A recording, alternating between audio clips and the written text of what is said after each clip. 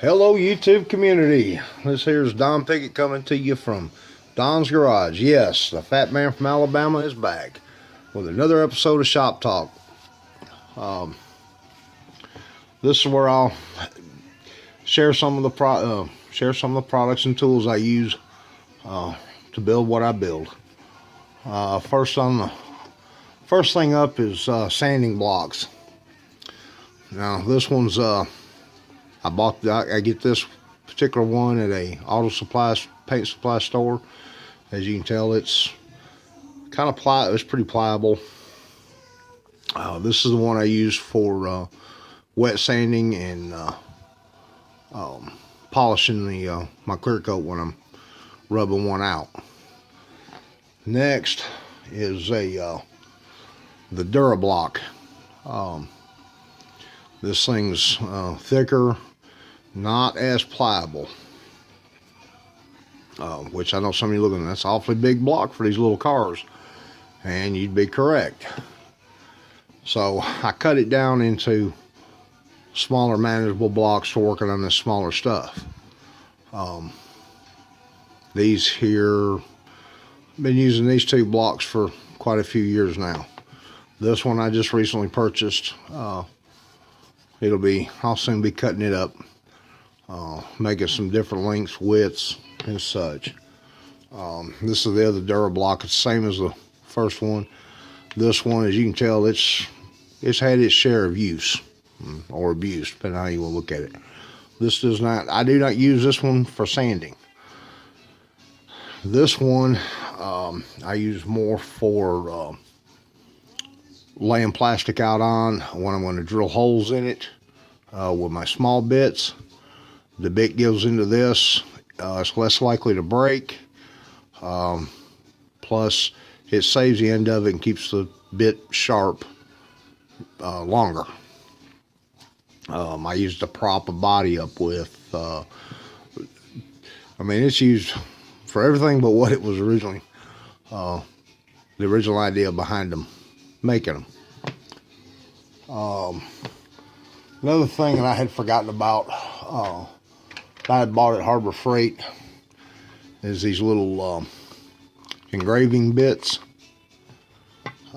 This set's like $10, I think, and as you can see, it comes in various sizes and shapes.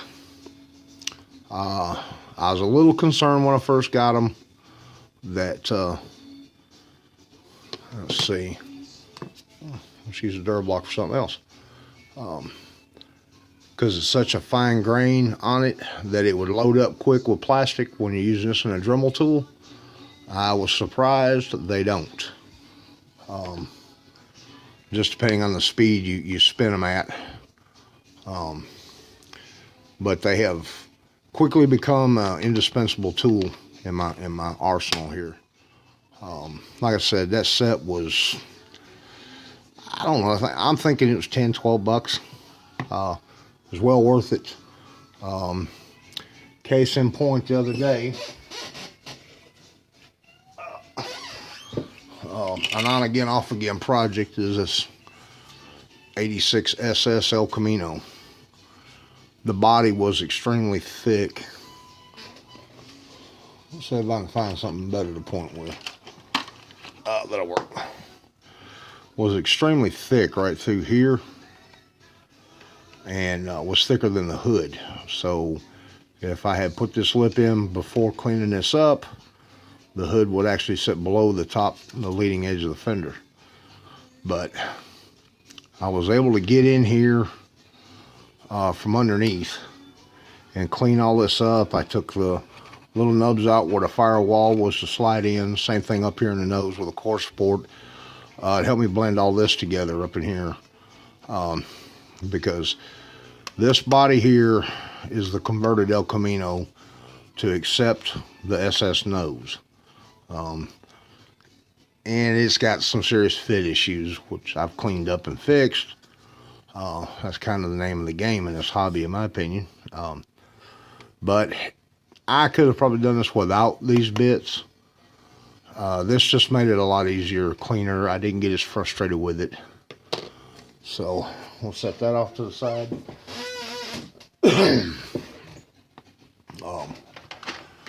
And much like your average mechanic, your normal mechanic, with his toolbox, I have tool drawers, as you can see, and I've discovered I've got to get a few more. I also need to clean some of those out because they're chock full of parts that I don't know if and when I'll ever use. But there's stuff like that. That, like I said, I use this stuff regularly. I'm finding myself becoming more and more dependent on it. Like this started out as a 6-inch Bondo blade. I just laid a straight edge on it and took my X-Acto snap blade deal and started scribing until I cut through. And I've cut these into different widths. There's like this one.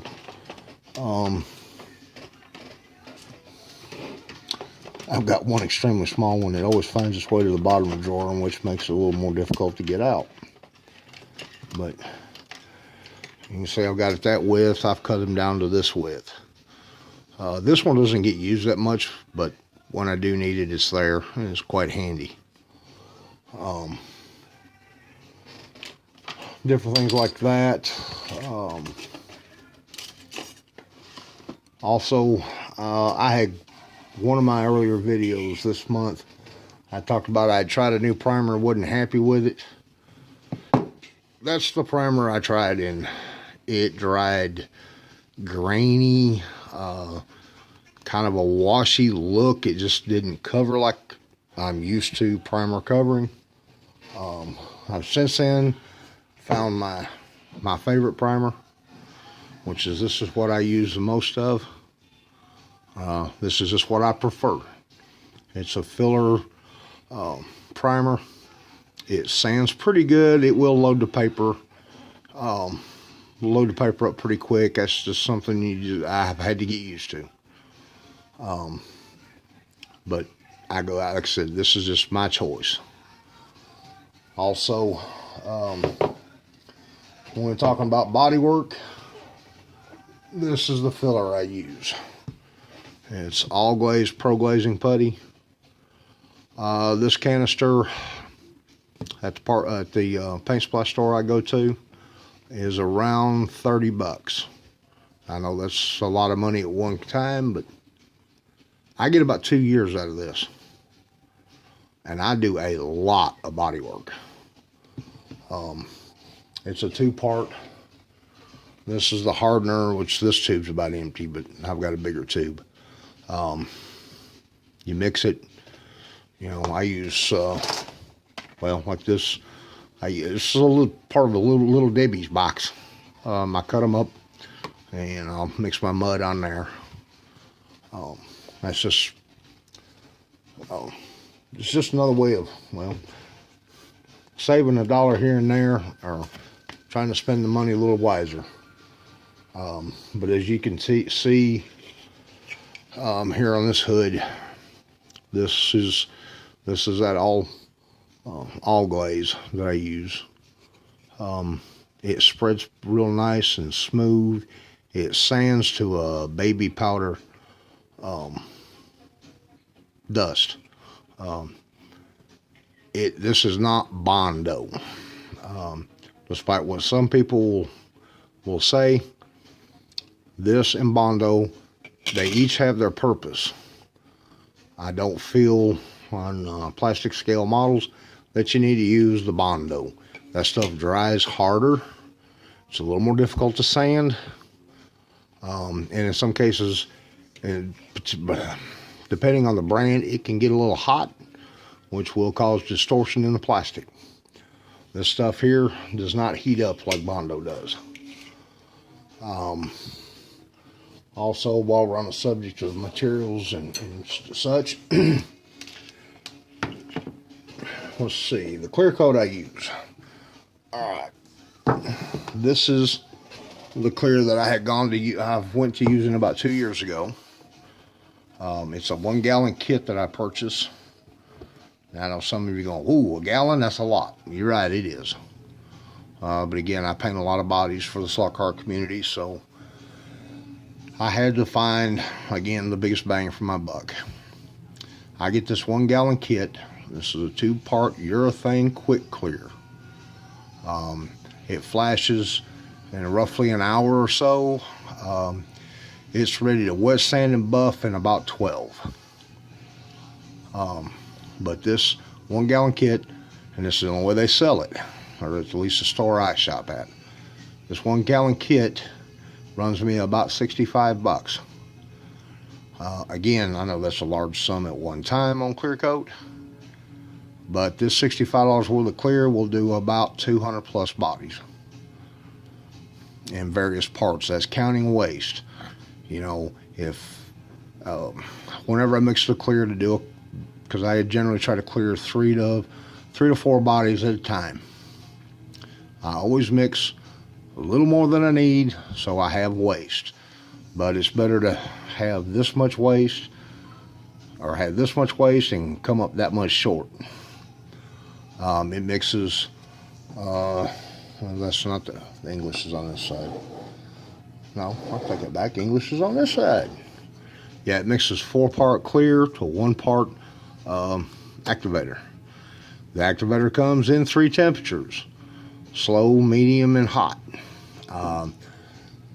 Being here in Alabama with the humidity that we deal with on a regular basis, I found the medium seems to work about the works best.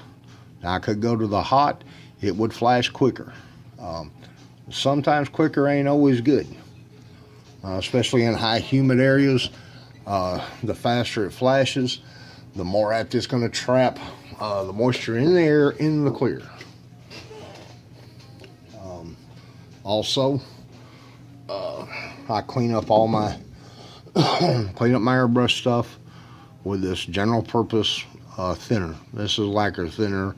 It's the cheap stuff. It's cost me $20 a gallon. But again, I use it again to clean my guns up, stuff like that. Clean my paint area sometimes when I get in the mood to clean that area.